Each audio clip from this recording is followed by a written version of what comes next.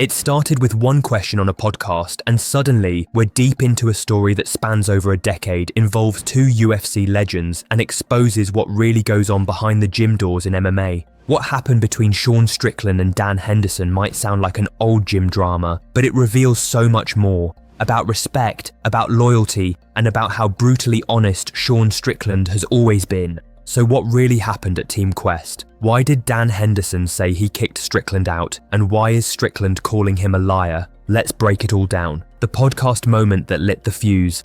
It all went down on the Overdogs podcast, co-hosted by Mike Platinum Perry. During an easygoing conversation, Perry asked Dan Henderson something that quickly took things to another level. You maybe had to tell him he couldn't come back to the gym. I'm talking about Sean Strickland. What happened with him training with you? Henderson didn't dodge the question. In fact, he gave a very specific answer. According to him, Strickland had become a problem inside the Team Quest gym in California, not just for sparring hard, but for what came afterward. You know, he would get in a little argument matches all the time with some of the guys that thought he was going too hard, Henderson explained. But the real issue, in his view, wasn't what happened during sparring. It was that Strickland would take those conflicts online. He would mock his teammates publicly, post about them, and make gym business everyone's business. When you send it out to everybody to hear all that soup, Henderson said, it's just disrespectful for your training partners, guys that are in there training with you to help you out as well. He just did it too many times. I warned him a bunch and then finally just said, hey dude, you gotta go. But here's the twist. Henderson still had praise for Strickland. He was a good training partner, and I enjoyed having him in there, he added. Having a guy that, you know, is in there that goes hard. So, was it respect wrapped in rejection, or just a polite way to kick someone out while keeping the PR clean? Strickland fires back. None of this is true. Strickland didn't wait long to respond. On Instagram, he commented directly under a clip from the podcast, and let's just say he didn't mince words.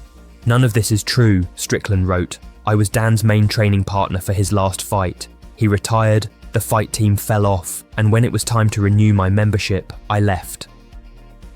To Strickland, the story wasn't about being kicked out, it was about a gym falling apart after Henderson retired. In his words, there wasn't some big blowout, there wasn't a ban, it was just time to move on. Still, Strickland admitted to one thing, he made fun of the fight team. They would do yoga and skip sparring lol at Kokid 951. I'm talking about you, haha. And in a full circle twist, he mentioned that both he and that fighter Keith Berry now train together again at Extreme Couture in Las Vegas. When a fan chimed in on the post saying, what's funny is, you always tell the truth, never take shh from no one, Strickland replied, Dan is the man though, and if he didn't retire and seen what I seen with most of the guys skipping class to go do yoga, he would have been throwing H-bombs too, lol.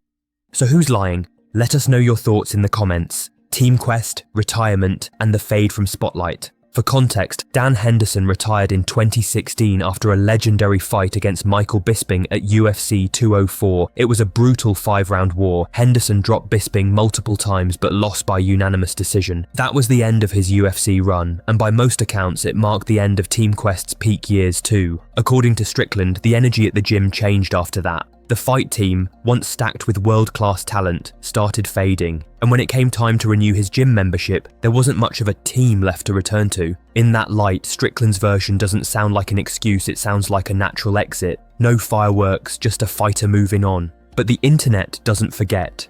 And in the eyes of fans, being kicked out of Dan Henderson's gym hits differently than simply letting a membership expire. A reputation built in blood and sparring. This isn't the first time Strickland's sparring habits have raised eyebrows. His gym rounds are legendary online for all the wrong reasons. Social media influencers like Sneeko and Nick Nyasina found out the hard way. When you step into the cage with Sean Strickland, you're not getting a light warm-up. Those sessions went viral for a reason. Strickland didn't hold back. He stalked them, pressured them, and made it clear that the rules change when you're with him. And yet, not everyone has had that experience. Paddy Pimblett's unexpected take on Strickland. When Paddy, the baddie Pimblett, got in a round with Strickland, fans braced for chaos. They expected the same beatdown that influencers got, but instead, they saw something else calm, tactical sparring, just clean movement and smart exchanges. "It was nice getting a round in with him, lad," Pimblet said afterward. "As much as people say as well, he goes mad, he doesn't. He was nice and chilled with me there, didn't try to take my head off at all." This version of Strickland isn't reckless. He's controlled, deliberate, and capable of dialing it back when he respects the person across from him. So which is the real Sean Strickland? The feud with Eric Nicksick in UFC 312 fallout? Strickland's intensity doesn't just affect his sparring partners, it bleeds into his relationships with coaches too. After losing a close rematch to Dricus du Plessis at UFC 312, Strickland clashed publicly with Eric Nicksick, his head coach at Extreme Couture. Criticism came fast on social media, in interviews, and even behind the scenes. The tension raised questions about whether Strickland still fit at Extreme Couture, but despite the back and forth, he remains a major presence there. He still trains, he still spars, and true to form, he's not backing down from anyone. His last UFC win came at UFC 302 when he defeated former title challenger Paulo Costa. That fight put him back in the title conversation until the du Plessis rematch knocked him off track. The viral cage storming incident.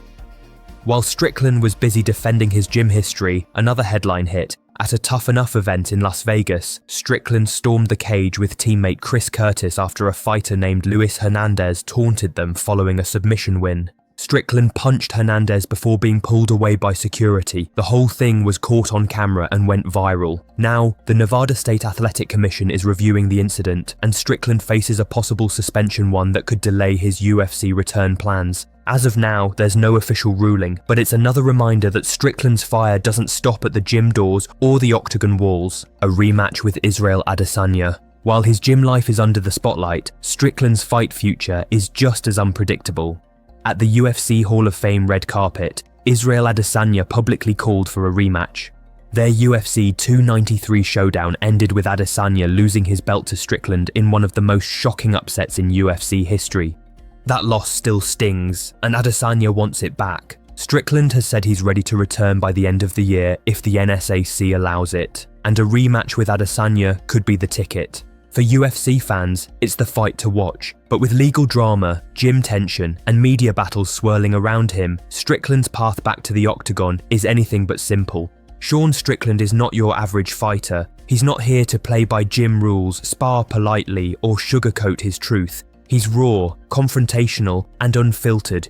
Exactly the kind of fighter who makes headlines even when he's not fighting. Dan Henderson says he kicked him out of Team Quest. Strickland says he left when the team fell apart. Somewhere between those two stories is the truth. But one thing is clear. Strickland's not going away. Whether he's training for Adesanya, defending his name, or confronting fighters in cages he's not supposed to be in, he keeps showing up. So who do you believe, Dan Henderson or Sean Strickland? Is Strickland a misunderstood throwback to old school MMA toughness, or a fighter who refuses to evolve with modern gym culture? Let us know your thoughts in the comments, and don't forget to subscribe for more deep dives into the wild world of pro fighting